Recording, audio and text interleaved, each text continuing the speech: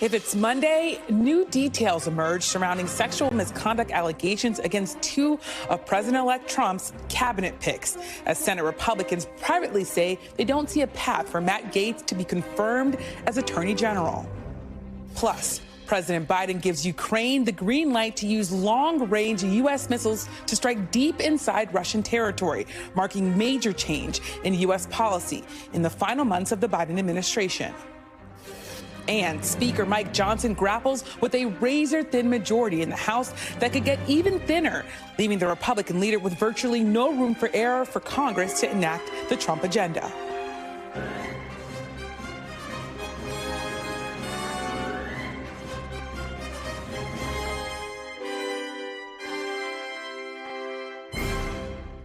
Welcome to Meet the Press Now. I'm Yamiche Alcindor in Washington. As President-elect Trump fills more top spots for his administration, we are learning new details about sexual misconduct allegations against his picks to run the Pentagon and the Department of Justice. Multiple sources tell NBC News that more than half of Senate Republicans are saying privately that they don't see a path for former Congressman Matt Gaetz to be confirmed as Attorney General. That comes, as we've learned in recent days, from an attorney that his client told the House Ethics Committee, which was investigating Gaetz for alleged sexual misconduct and illicit drug use, that she saw Gaetz having sex with a minor at a 2017 House party. Gaetz denies those allegations. And last week, his surprise resignation from Congress effectively ended the bipartisan ethics investigation. But a report on the findings of that investigation could still be released. Sources tell NBC News the House Ethics Committee will meet Wednesday to discuss the report. This weekend, House Speaker Mike Johnson reiterated his opposition to its release. Number one, my understanding is that the report is not finished. It's in a rough draft form, was not yet ready to be released. And since Matt Gaetz left the Congress, I don't think it's appropriate to do so. In addition to Gaetz, a lawyer for Pete Hegseth has confirmed that the Fox News host and Trump's pick to run the Pentagon paid a woman after she accused him of sexual assault in 2017. As the Washington Post reports, a friend of the accuser sent a memo to the Trump transition team detailing the allegations. NBC News has not independently reviewed the memo. Hegseth's attorney called his client, quote, completely innocent. And that attorney accused the woman of trying to extort Hegseth over a consensual encounter. Here's Oklahoma Republican Senator Mark Wayne Mullen on Meet the Press. But do you think that this matter could sink Pete Hegseth's confirmation? It could. As allegations come out, we'll figure out if, as the Senate moves forward with the advise and consent to the President of the United States and doing our constitutional duties, we'll figure out if he can get confirmed or not. And I do think that Pete's a good pick for this position. You still absolutely plan to vote for him? Well, I do. As of right now, I start with yes. Okay. But can I be moved off of that? I'm sure. Meanwhile, Speaker Johnson is leaving open a path to allow President-elect Trump to potentially avoid altogether messy confirmation fights. To do so, Johnson would give Trump the space to make recess appointments by possibly adjourning the U.S. House. Listen, I believe in the principle of a new president being able to choose his team, and that used to not be a controversial notion. We're in a time of very divided government and a very partisan atmosphere in Washington. I wish it were not. I wish the Senate would simply do its job of advice and consent and allow the president to put the persons in his cabinet of his choosing. But if this thing bogs down, it would be a great detriment to the country, to the American people. So we'll evaluate all that at the appropriate time, and we'll make the appropriate decision.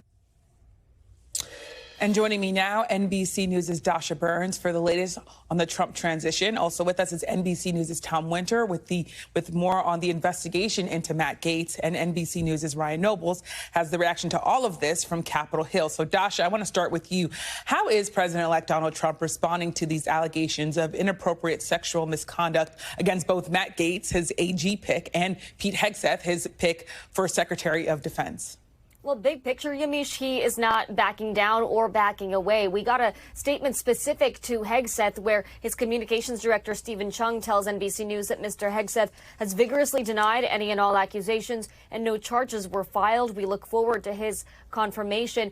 And then one of his top advisors, James Blair, was just on Fox News. He was asked about Matt Gaetz, and he said that the president's been very clear that he intends to see his nominees confirmed, and we're hopeful that our partners in the Senate will work closely with us to ensure that happens again. So no sign that there's, at least publicly, any sort of second guessing or moving away, even from these most controversial picks so far, Yamiche. Well, very interesting to see Donald Trump sticking by those picks. I also want to ask you, we got a new pick for Donald Trump's cabinet. He's tapped Chris Wright, who is CEO of a fracking company, to be Secretary of Energy. So what more should people know about Chris Wright? If you listen to President-elect Trump on the campaign trail, you heard at every rally, drill, baby, drill. It was a mantra. It was repeated by his supporters, and now it is coming to life in some of these picks, including this choice for energy secretary. Look, he is a staunch defender of fossil fuels. He's expected to try to maximize Mr. Trump's goal of energy production via oil and gas, and he is also in staunch opposition to the idea of fighting climate change. He has called some of the moves by Democratic activists on climate change, likening it to Soviet-style communism. So very much a MAGA world choice when it comes to energy, fossil fuels, oil and gas being top priority, and climate change being either not a priority at all or, in fact, a con in his book. I will note, though, that right now the U.S. is producing its highest levels of oil and gas in history under the Biden administration, and it's not clear exactly how they would boost that much more in a Trump administration, Yamiche. And as you're talking about, of course, him being sort of in line with all of the Trump's views, we've seen a lot of picks in line with Trump's views. They've been coming fast and furious. That being said, there are several key cabinet roles that are still open. So what more do we know about the open spots and how the Trump team is thinking about them? So we're watching right now specifically for his choice for Treasury Secretary. There's a bit of a knife fight going on right now between Howard Lutnick, who is a co-transition chair, a boisterous billionaire type, very much of the MAGA mold, and a more traditional choice in Scott Bessent, who's a Wall Street guy. A couple other Wall Streeters now in the mix as well. So will he go the traditional resume or not on Secretary of the Treasury? And then we're also watching for FBI. There are, again, those two different worlds from which Trump could choose from, a more traditional pick or someone who is seen more as a loyalist. And then, of course, Department of Education is something I'm watching for, too, Yamiche, given how Trump and his acolytes have talked about dismantling or completely pivoting that department, which is also so critical to the people of Yamiche. Well, certainly a lot to look for as he continues to fill for his administration. Thank you so much, Dasha Burns. Now, Tom, I want to come to you. We've heard from the attorney for the woman who testified before the House Ethics Committee on these sexual misconduct allegations against Matt Gaetz. What more do we know about that testimony and what she told that committee? Right. So those are some of the details that we're still working on and actually trying and in the process of getting an interview with that attorney, who's been identified as Joel Leopard, and he's a civil attorney from basically the Orlando area. He said in a statement to NBC News on Friday night, my client testified to the House Ethics Committee that she witnessed Congressman Gaetz having sex with a minor at a house party in Orlando in 2017. One of the questions here, you know, we reported on this several years ago, Yamiche, whether or not Gaetz traveled and brought women for the purposes of sex to a trip to the Bahamas, or if there was any sort of other travel outside the United States. That could be a violation of the Mann Act. The incident is just described by that attorney could be a violation of federal or state law in Florida. But ultimately, we know from what we've reported, from what Gaetz's attorneys have said in our own reporting from the Justice Department, that there were no charges filed in this case. That doesn't necessarily mean that somebody is, quote unquote, clear, as Gaetz has said. It doesn't necessarily mean that there was no untoward or wrongdoing that was done, in fact, by now former Congressman Gaetz. But it does mean that there's no charges. And of course, it is very important to point out The congressman throughout has steadfastly said that he is innocent of any sort of wrongdoing. When we asked the congressman, our colleague Ryan Nobles, who I know we're going to be speaking to, asked a spokesperson for the congressman on Friday night exactly what his response was to that report of the witness viewing an illegal act, a potentially illegal act in 2017. He said, quote, Merrick Garland's DOJ cleared Matt Gaetz and didn't charge him. Are you alleging Garland is part of a cover-up? So it's clear where the now former congressman is coming from on this, Yamiche. Yeah, it's clear that they're really pushing back here.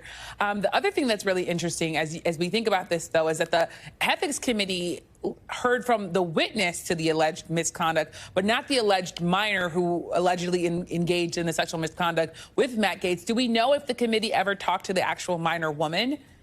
It's still a little bit up in the air. There's been some reporting out there from competitors, not verified by NBC News, that there could have been a number of women that spoke to the committee, but whether they were as a witness to an event, whether they were subject to any sort of potential actions by the now former congressman, that's a little bit up in the air. So there's a lot that we don't know about this committee report because it is secretive. It's not the type of thing that would typically come out until it is ready to come out. And sometimes, of course, there are leaks from Congress. Some might say Congress leaks like the Titanic, but in this particular instance, in this ethics investigation, we actually have not heard a lot coming out from it. We know what we know from the criminal investigation between either individuals that were spoken to by law enforcement or filing in a case of a cooperator, somebody who helped out and potentially in that case, obviously, again, yielding no charges. But there were a number of things that were documented in the course of that investigation and some documents that surfaced in Florida. So actually it was a little bit easier, kind of the opposite of what we normally see, to find out more about the criminal investigation than this ethics investigation, which is obviously still under wraps. Yeah, well, there's still time for leaks, so we're going to keep our eye on that. So thank you so much, Tom.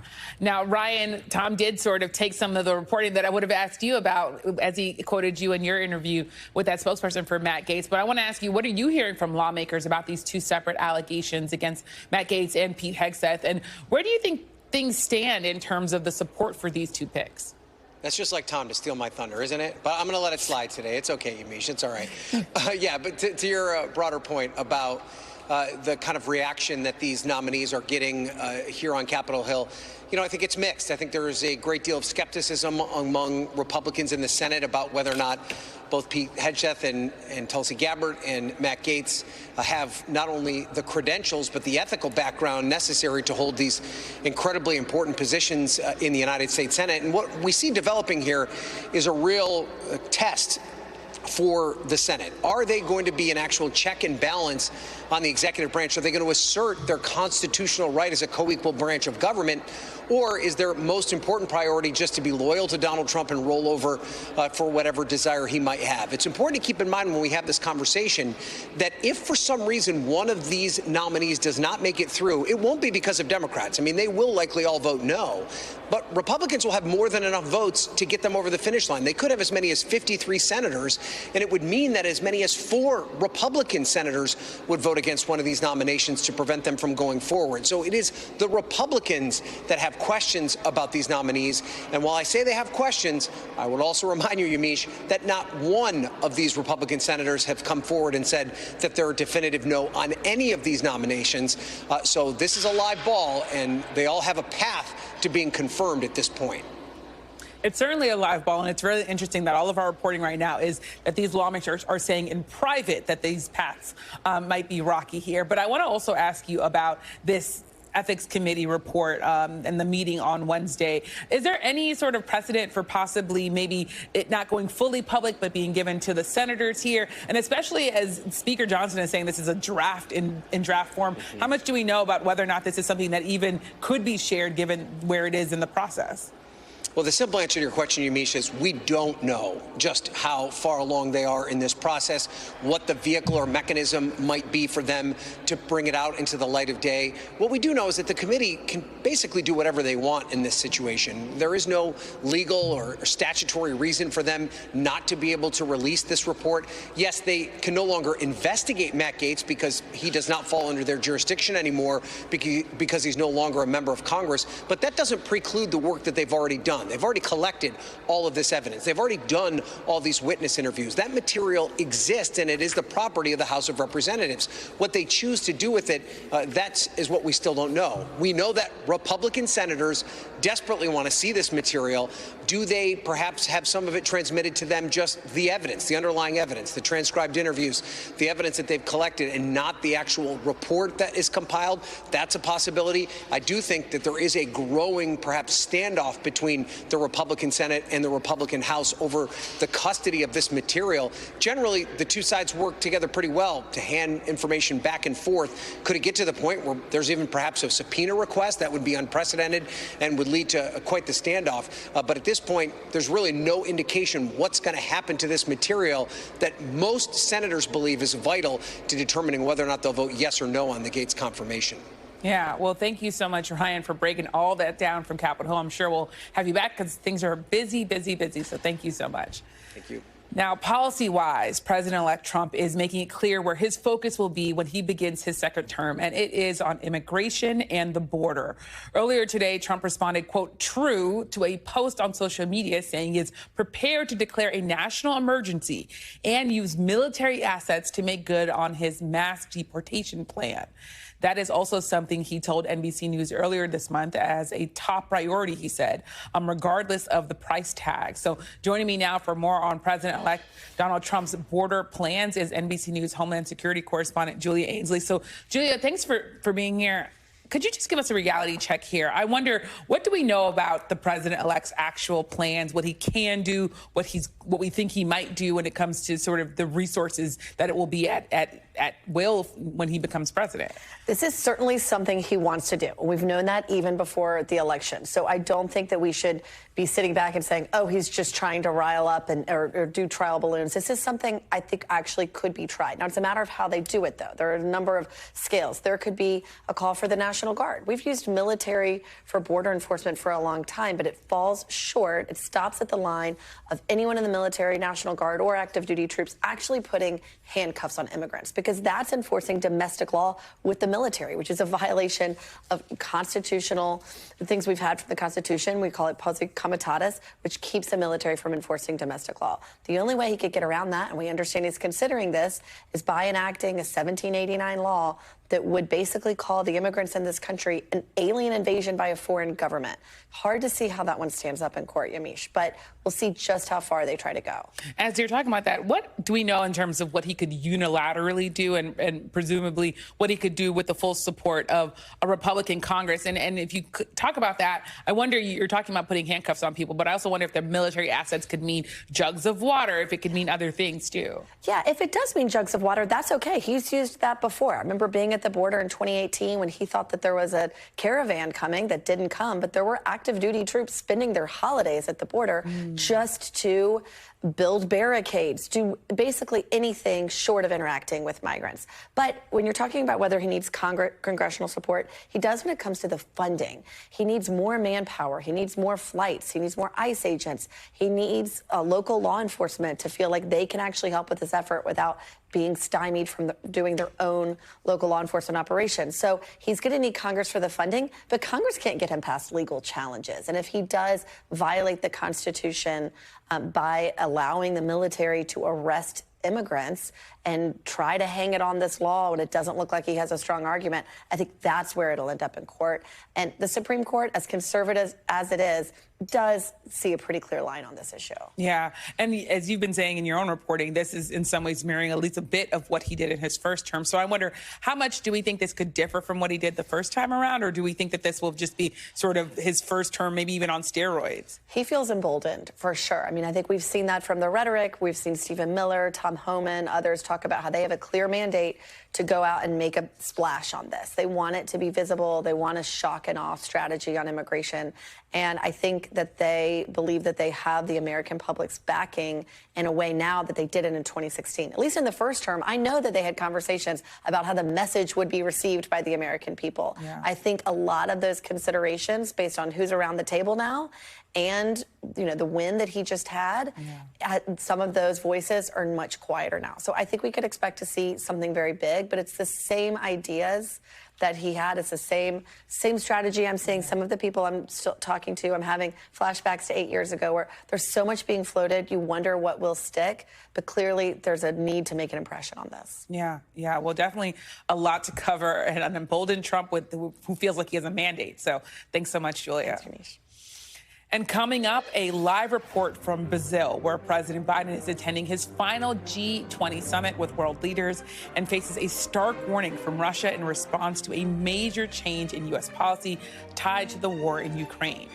Plus, NBC News' exclusive reporting on the Trump transition team's plan to potentially court-martial some military officers involved in the Biden administration's chaotic withdrawal from Afghanistan. You're watching Meet the Press now.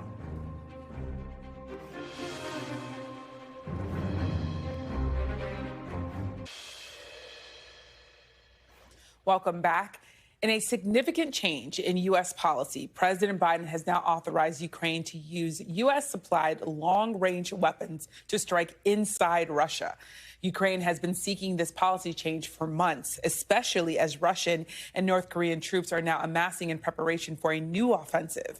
In response, the Kremlin called Biden's decision a, quote, leap in tensions. This comes as Russia continues to attack Ukraine by air, launching a massive aerial bombardment just yesterday, targeting Ukraine's energy grid and killing more than a dozen people.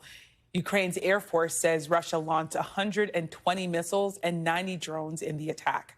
Joining me now is Mike Memoli, who's covering the president's trip in Rio de Janeiro. Now, of course, Mike, I'm a little jealous of your of where you are right now. But that being said, why is President Biden allowing this now with Ukraine, allowing them to use these missiles? And is this part of his strategy, you think, to give Ukraine as much support as possible before President-elect Trump takes office? Well, Yamiche, for starters, it's not every day you can have Christ the Redeemer behind you in your live shot photobomb here. I think we'll take advantage of that when we can. But certainly this is a major development on the part of an administration that really the pattern and practice for the 1,000 days of this war in Ukraine has been the Ukrainian government, President Zelensky, advocating for more resources, more firepower, more tactical advantages from the administration and from the West, and the Biden administration slow walking in some cases, eventually, though, usually getting there to provide that kind of assistance they needed. But these ATACMs that the Biden administration will now be allowing the Ukrainians to use to make potentially these kind of longer range strikes within Russian territory has been a particular journey for the president to get to yes on. But it does speak to the changing dynamics now as we're approaching the end of the Biden administration, the start of the Trump administration, as both sides are looking to try to gain as much advantage as they can before potential negotiations over an end to this conflict. The administration, for its part, though, as the Russians have been very strong in denouncing this move, calling it an escalation, has really churned the tables to say the real escalation came on the part of the Russians when they invited and welcomed the deployment of thousands of North Korean soldiers into Western Russia to prepare for a potential counteroffensive to the gains that we saw Ukraine make into Russian territory, into the Kursk region. And so that was something that the White House was very clear about weeks ago publicly, that they view it as a major escalation, and it took several weeks for that response to come, and that's what we're now seeing.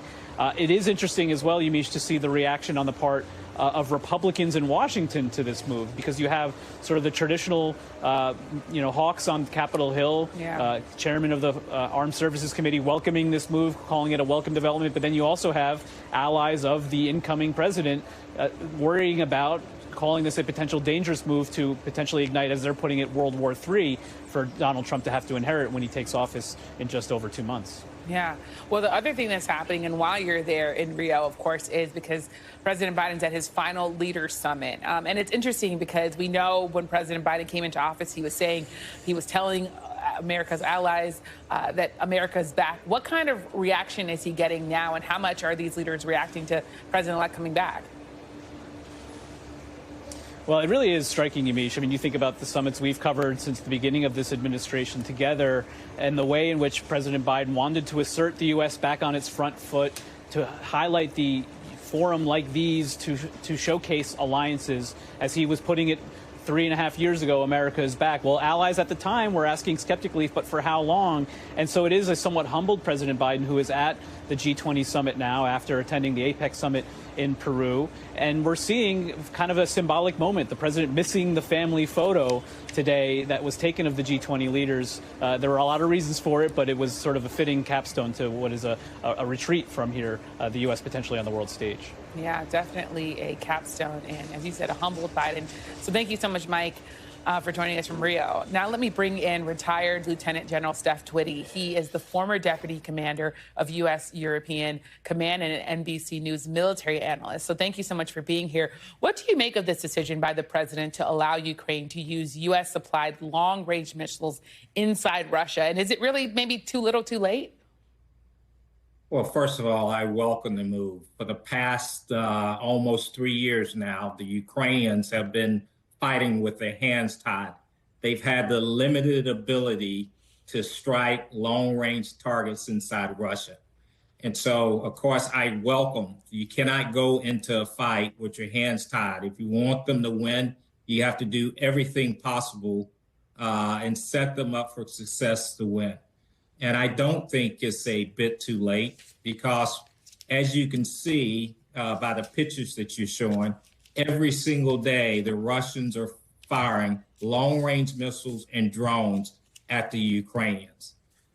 This move here allows the Ukrainians to attack back, to attack deep inside Russia, to go after these launch sites that these missiles are coming from, to go after the drone sites, to go after the ammunition depots, to go after the command and control centers.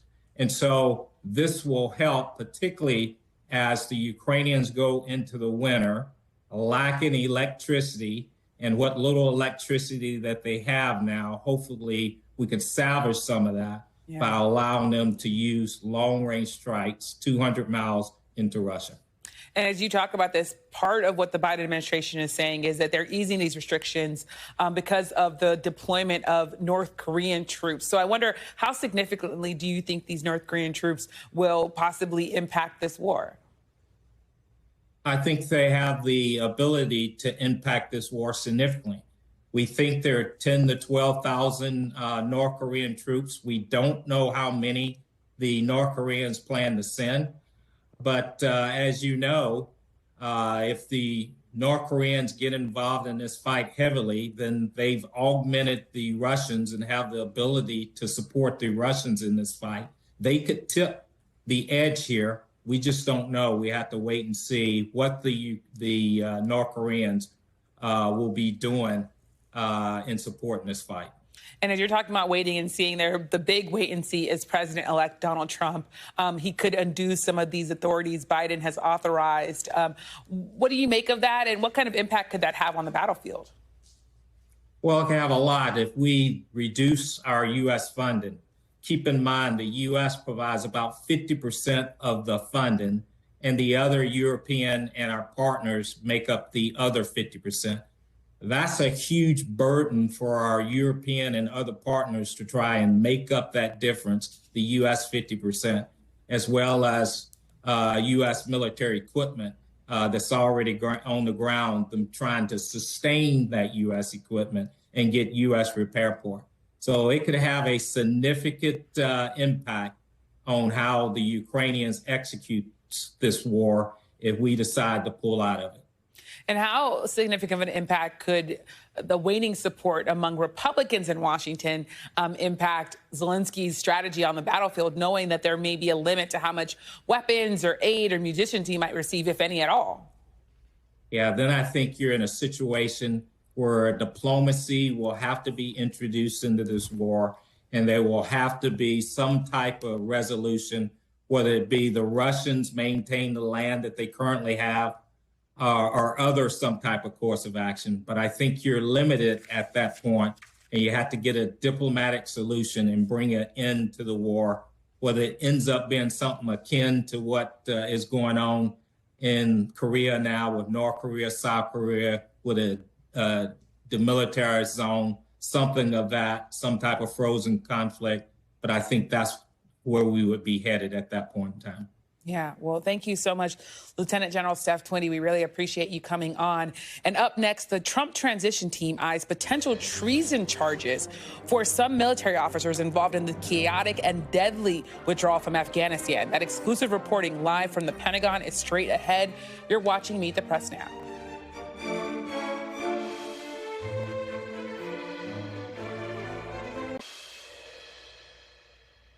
Welcome back. President-elect Donald Trump ran his campaign vowing retribution and going after his perceived enemies, including top military officers. Now, NBC News has learned from a U.S. official and a person familiar with the matter that the Trump transition team is weighing whether current and retired military officers involved in the chaotic U.S. withdrawal from Afghanistan could be court-martialed. Officials working on the transition are looking at whether any military officer could be eligible for charges, including as serious as treason. Of course, it was then President Donald Trump who made the deal with the Taliban back in 2020 to withdraw all U.S. troops from Afghanistan. President Biden then completed the full withdrawal. His administration underestimated just how weak the Afghan army was and how quickly the Afghan government would fall. Joining me now from the Pentagon is NBC News global security reporter Dan DeLuce. Thanks so much for being here, Dan. So what more do you know and do we know about the plan by the Trump transition team? And who was among those officers, do you think, involved in the withdrawal who could be impacted by this? You know, it is a huge question mark and just extraordinary and really unprecedented. This kind of talk, even this kind of threat, is unprecedented really in U.S. politics after the Second World War.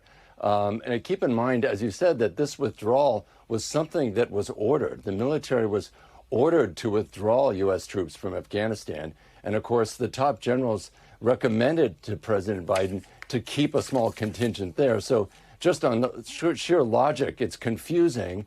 Obviously, some of the top generals that might be in the crosshairs would be the chairman at the time, the chairman of the Joint Chiefs, General Milley, who we all know Donald Trump is very hostile towards because he has made some critical statements once he retired.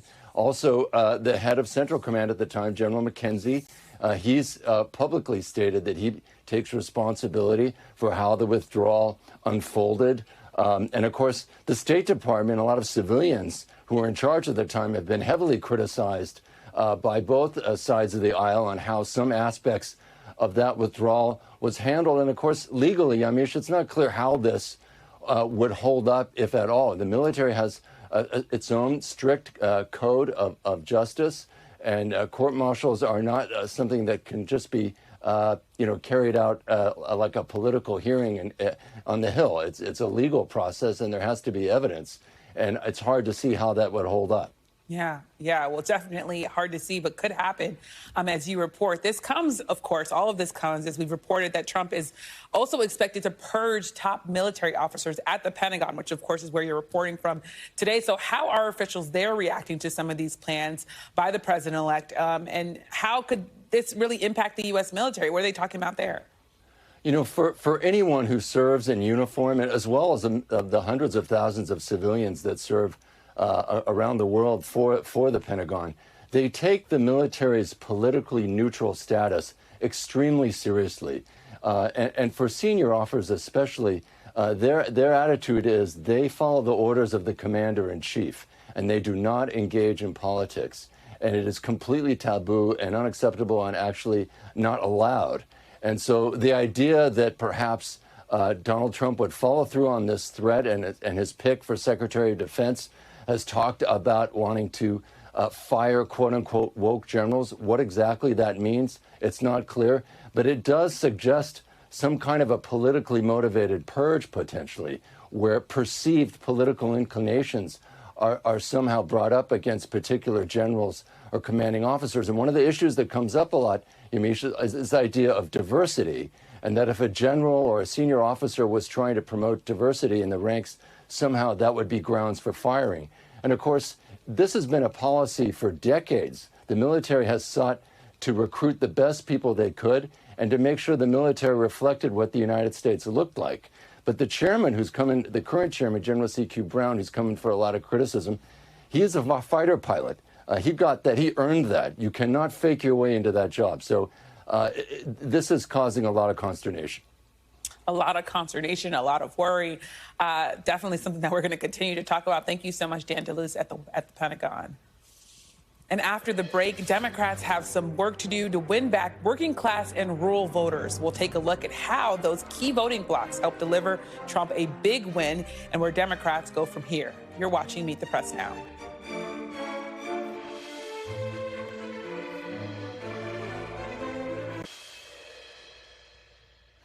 Welcome back. In this election, Democrats lost ground with multiple groups that have traditionally been part of the Democratic coalition. That includes working class voters who moved further away than ever from Democrats. My colleague Alex Seiswalds reports today that union leaders say it's time to, quote, reconstruct the Democratic Party, with one union leader saying Democrats haven't embraced working class people for decades. Democrats also lost even more ground this election with rural voters, a constituency which isn't part of their coalition but has been trending more and more Republican over the past 2 decades. Joining me now is a reporter with a deep understanding of rural America, Chris Clayton, agricultural policy editor for the Progressive Farmer. So thanks for being here, Chris. So you say a trip to Branson, Missouri can explain how President-elect Donald Trump's success among rural voters really carried him over for this big win. So how so? What did you see there? Branson's a big tourism town. And thanks for having me, by the way. But Branson is a big tourism town, but it's not a very big town. When I went down to Branson a couple of weeks ago, you've got 2 giant stores that just sell Trump stuff. Just Trump memorabilia. And then I was in another area of the town with some high-end shopping areas and kiosks and stores that just primarily sell Trump stuff. You couldn't find a Harris T-shirt anywhere. And it was just really reminded me that, Trump's strength in rural America. And when we did our polling, we were at 70% for Trump. And we thought that was a little high. Our polling was strictly farmers. We thought maybe it was skewed a little bit high. Well, you had counties in states like Pennsylvania where you had 40,000 voters, and they had 75% of those voters in those counties voting for Trump. Yeah. So his strength in rural America is unlike anything maybe we've seen in recent. Talking to Jeffries about how Democrats plan to win back working class voters. Here's what he told her. Well, that's going to be an incredibly important part of our analysis. What I can tell you is that our focus has and always will be on delivering for everyday Americans. That American dream that I talked about, it's been under assault for decades for a wide variety of reasons. Poorly negotiated trade deals, the outsourcing of good-paying American jobs, the decline of unionization, and of course the rise of automation have all jammed up people in the heartland of America, the Great Lakes states, and working families all across the country. So why do you think that message didn't break through to working class and rural voters? Well, first, you've got to actually go out and be where those voters are at. And Harris's campaign did a lot of rallies in the battleground states, but they were all in cities primarily. She was not going out to the rural areas. Trump was aggressively campaigning in rural areas. Yeah. And she also, the campaign did not look to kind of flip a red state. You relied primarily on, quote, your blue wall. If you look at the red states that voted for Trump, the closest one was Ohio, where it was 55-44. Yeah. You just can't have that kind of spread everywhere. You've got to go out and try to take a state away. And that means being out there in areas that you maybe just didn't campaign in. Yeah. I also want to ask you about the role of race and the Democrat support of the LGBTQ community. Democrats are so proud that they support a diverse group of Americans, including transgender Americans. But how is that their appeal to those groups used against them, especially when it comes to rural voters? Well, not just in rural voters, but, the thing I pointed to was, particularly the month of October, every single college and pro football game I watched, there was the advertisement criticizing Kamala Harris, Vice President Harris, on transgender issues. That one single ad by the Trump campaign ran over and over and over practically every single break during a football game. And it was that way for like a month. Yeah. And it was a very effective ad, and there was no response to it. And I think that you can't just kind of ignore that constant criticism and hammering, and it had an effect. And I also want to ask you, as you talk about sort of the effects that all of these things had, there's, of course, President-elect Trump's policies that he's been talking about. He's been saying that he wants more tariffs. He's been saying that he wants to carry out mass deportations. But both of those could have a big impact on farms, on agriculture in this country. So what do rural voters, what do working class voters, how do they see those issues given the fact that they are supporting Donald Trump? Well, border security was a very big issue among farmers that I talked to, and they felt like that was one of the biggest issues that they had. Yet farmers do rely tremendously on undocumented workers. We have maybe 1 million undocumented workers just in agriculture, so they're kind of believing and perceiving that it is not going to affect them, that Trump will not go after these workers.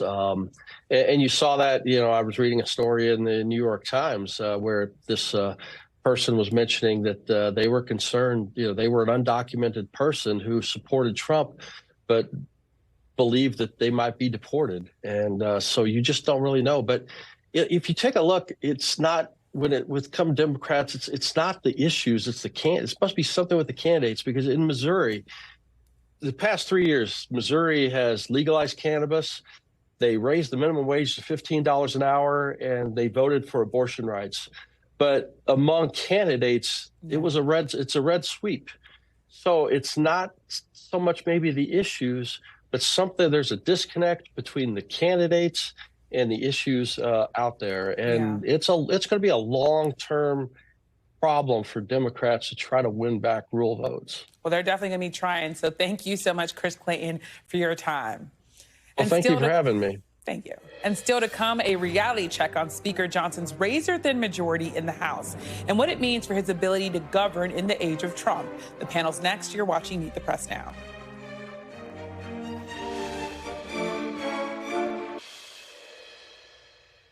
Welcome back, and buckle up, because it could be a very bumpy ride for House Republicans at the start of the next Congress. As of right now, they have 218 seats. That is a one-seat majority. Democrats, meanwhile, have 212 seats, and there are just 5 races still uncalled. House Speaker Mike Johnson is going to have no room for error as he tries to govern and implement President-elect Donald Trump's sweeping agenda. Plus, as many as 3 House Republican seats could be vacated around the start of the next Congress. Matt Gaetz has already resigned to pursue the role of Attorney General, and Elise Stefanik and Michael Waltz have been tapped for roles in the new Trump administration. For more on all of this, I'm joined by Melanie Zanona, senior congressional reporter for Punchbowl News and an NBC News political contributor. Also with us is Christopher Alex, former White House Deputy Cabinet Secretary and former senior advisor to the Biden campaign. Lenny Chen, Director of Domestic Policy Studies and a lecturer at Stanford's Public Policy Program. He's also an NBC News contributor. So thank you all for being here. So, Melanie, I want to start with you. Republicans had trouble governing with a larger House majority, right? So now things are going to get even smaller. How are things going to get done? Yeah, that's a great question, one that Speaker Mike Johnson is asking himself at this very moment, I'm sure. It's very possible that on day one of the new Congress, they could have exactly 218 Republicans, which means 0 room for error. And listen, members, they get sick, they miss flights, they resign, they have children that they need to tend to. These things happen on a day-to-day basis. And so on any given day, it could tip the balance of power in the House. So it's going to be very difficult for those first 100 days for them to actually enact some of these big ticket agenda items that they had initially been planning to push through. Now we're hearing on Capitol Hill that they might sort of delay that. They might focus on government funding in the first few months and push the bigger stuff like the tax reform and all of that later, when those 3 Republicans that you mentioned who are leaving for the Trump administration get eventually filled, because they will get filled. But this is going to be a huge problem for Speaker Mike Johnson, no doubt. A huge problem that maybe he'll have to use and rely on Democrats, Lenny, to get some stuff done. Do you think that that's possible? I don't think so. I think in our divided and partisan time, that's going to be a big challenge. Look, the reality is that a lot of these big ticket items, you need the momentum of that first couple months of a new administration, I think, to move this forward. So if they want to do reconciliation twice in 25, which is what Speaker Johnson has talked about, they're going to need to move something pretty early for vehicle number one, and then you're looking at something maybe later in the year. So the notion of pushing it off, I think, is going to be very, very challenging. Yeah. And I also see getting Democratic votes as being very challenging, too. So they're going to have to go with the majority they have. And as you noted, we've got a couple more seats out of California left to figure out what's going to happen. Yeah. And Cristobal, I mean, if you're Hakeem Jeffries, how much pressure do you face to try to keep your Democratic caucus in line and make sure no one goes over and tries to help Mike Johnson? Yeah, I think that's the big question on the Democratic side is you've got to know when to pick your fights. And we've seen over the last 2 years what Republicans have been able to do with a little bit of a majority. And they've had some real difficulties, right? Even picking a speaker was hard for them. Keeping the government open was hard for them. Democrats, I think, do a better job of being united. We'll see that here this coming cycle. In 2017, it reminds me a lot. We've been through this movie before, right? And I think Democrats did a great job with Speaker Pelosi coming back and really unifying. But at some point, and you heard President-elect the other day talking about uniting the country. Let's see what they do. One of the things for Democrats to be hopeful about is Republicans have a problem of overreaching. So once they start overreaching, that puts some of those Republican members who are going to be up in the midterms and tough seats in a real challenging position. So I think Jeffries will do a great job uniting his party, but we don't have a lot of time to do it. One point I just think we need to make here is that this is a different environment than the last 2 years. Trump's Capitol on Capitol Hill is higher than it's probably ever been before. I think there's going to be a huge appetite among Republicans to not get in Trump's way, whether that's on nominations or legislation. So, yes, they're working with this razor-thin majority. They have a history of being divided and chaotic. But I do think these next 2 years, they're going to want to stick together. Well, I want to play some sound for you real quick, which is Republican Senator Mullen speaking to Kristen Welker yesterday on Meet the Press, talking about Donald Trump's cabinet picks, and in particular the House committee who's looking at least the ethics report or ethics draft that they have on Matt Gaetz. Take a listen to this. Absolutely, and I believe the Senate should have access to that. Now, should it be released to the public or not? That's I guess that will be part of the negotiations, but that should be definitely part of our decision making. Once again, I go back to it in Article 2, Section 2 in the Constitution. The Senate has to advise and consent these individuals. And in that process, we're going to give Matt Gaetz the same chances we'll give all President Trump's nominees. So I have no doubt that President Trump believes that Matt Gaetz is the right person to do the right job. But at the same time, the background of Matt Gaetz does matter. Now, Melanie, Capitol Hill leaks and leaks and leaks, but we haven't seen this leak just yet. Do you think we eventually see this? The Ethics Committee is going to meet on Wednesday, so this is going to be something they're going to discuss. Now, Speaker Mike Johnson has said publicly he doesn't want them to release it. There's a ton of pressure from both sides on the committee. I'm skeptical that the Republicans on the committee are going to leak it or release it themselves, but it could leak. The Democrats could try to do it themselves, although that would really put the future of this committee in jeopardy. Or the Senate Republicans could try to get it for the confirmation hearing. Do you see a path forward for Matt Gaetz's confirmation? We have Republican senators saying privately that they might not see a path forward, but publicly, no one's saying that. Well, I think it depends. I do think it depends on the outcome of what happens with the report. I think, there's a lot of time between now and when hearings might begin.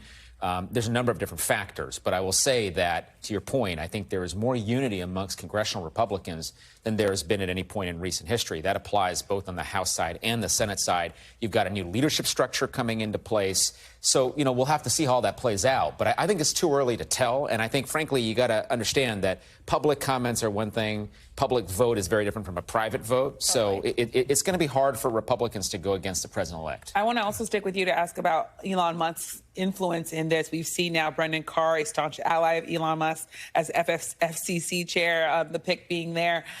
Is this sort of evidence of his influence? And do we think we're going to see even more influence from Elon Musk? Tremendously influential. Look, I mean, not just in terms of his relationship with the president-elect, which looks to be a personal relationship, but also the media channels that Elon Musk has access to and the way in which the ecosystem can reinforce some of these picks. So I absolutely think he's hugely influential, and I think that so far, at least, his influence has been toward disruption, which is exactly where the president-elect wants the influence to be and wants the administration to look, is to disrupt the status quo going forward. Yeah, and Cristobal, how do you see all of this as you, as a Democrat, are seeing all this play out? Couple of quick thoughts. I was on the Biden-Harris transition last time around. It was very methodical, very thoughtful in the approach.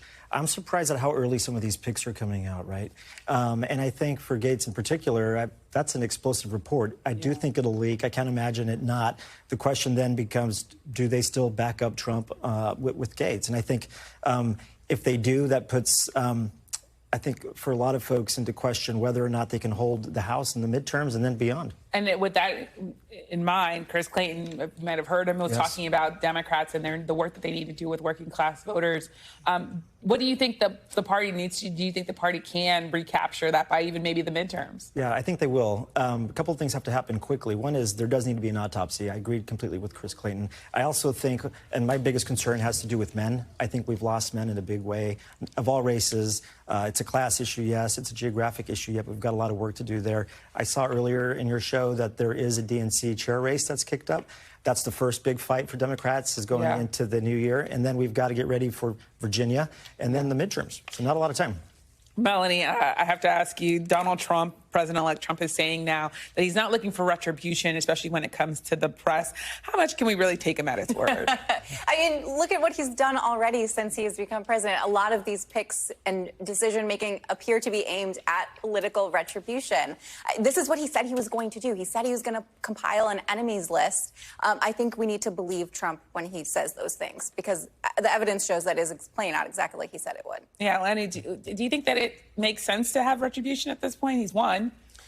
Well, you know, I mean, there's an old saying, to the winner go the spoils, right? And I mean, I think he's going to have to decide how he wants to proceed. He's got a very ambitious agenda for the American people. I think that he's going to focus on that, frankly, for some of the first 100 days, the first 6 months, and we'll see how that all goes forward. Well, thank you so much to Mel, to Cristobal, to Lenny. Well, thank you all for joining us. And I'm back tomorrow with more Meet the Press Now, but the news continues right now with Hallie Jackson. Thanks for watching. Stay updated about breaking news and top stories on the NBC News app or follow us on social media.